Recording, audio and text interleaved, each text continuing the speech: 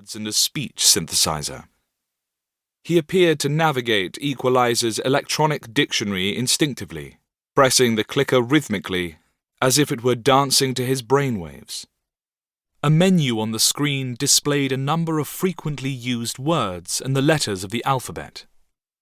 The program's database included theoretical physics jargon, and the program anticipated his next word choice, displaying 5 options in the bottom row of the menu. Unfortunately, word selection was based on an elementary search algorithm, which failed to distinguish between general conversation and theoretical physics, with sometimes hilarious results, from cosmic microwave risotto to extra sex dimensions. Andre claims appeared on the screen below the menu. I waited, in hushed expectation, fervently hoping that I would understand whatever followed. A minute or two later, Stephen directed the cursor to the icon Speak in the upper left corner of the screen and said in his electronic voice, "Andre claims there are infinitely many universes. This is outrageous."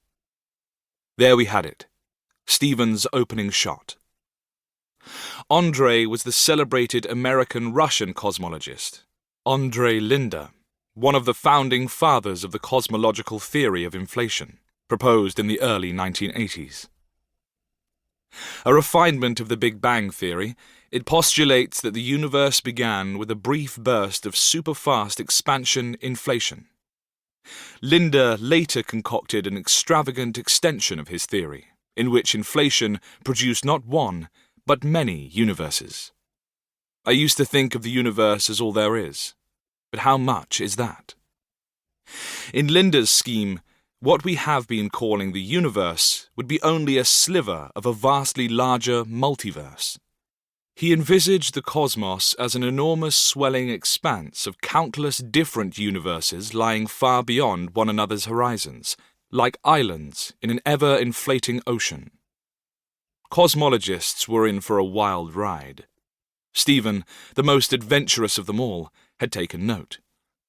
"Why worry about other universes?" I asked. Stephen's answer was enigmatic.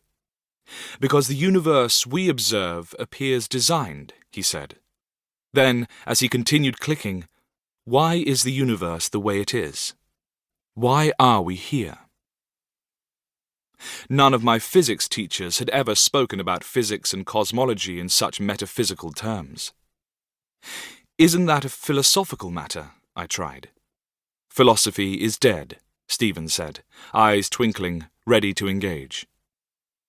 I wasn't quite ready, but I couldn't help thinking that for someone who had renounced philosophy, Stephen used it liberally and creatively in his work. There was a touch of magic about Stephen. With barely a flicker of motion, he breathed so much life into our conversation. He conveyed a magnetism and charisma that I had rarely seen.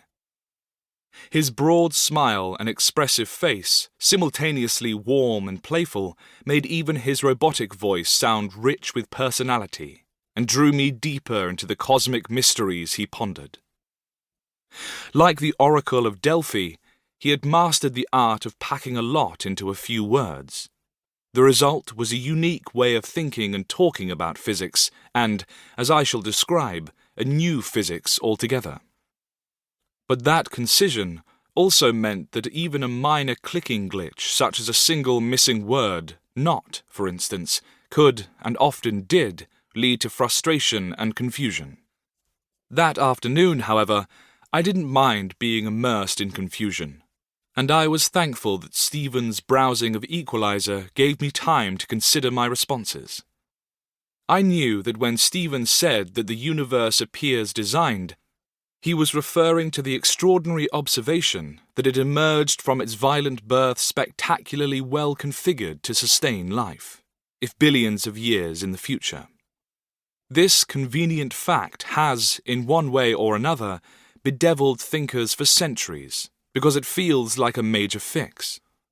It's almost as if the geneses of life and the cosmos are entwined with each other, that the cosmos knew all along that one day it would be our home. What are we to make of this mysterious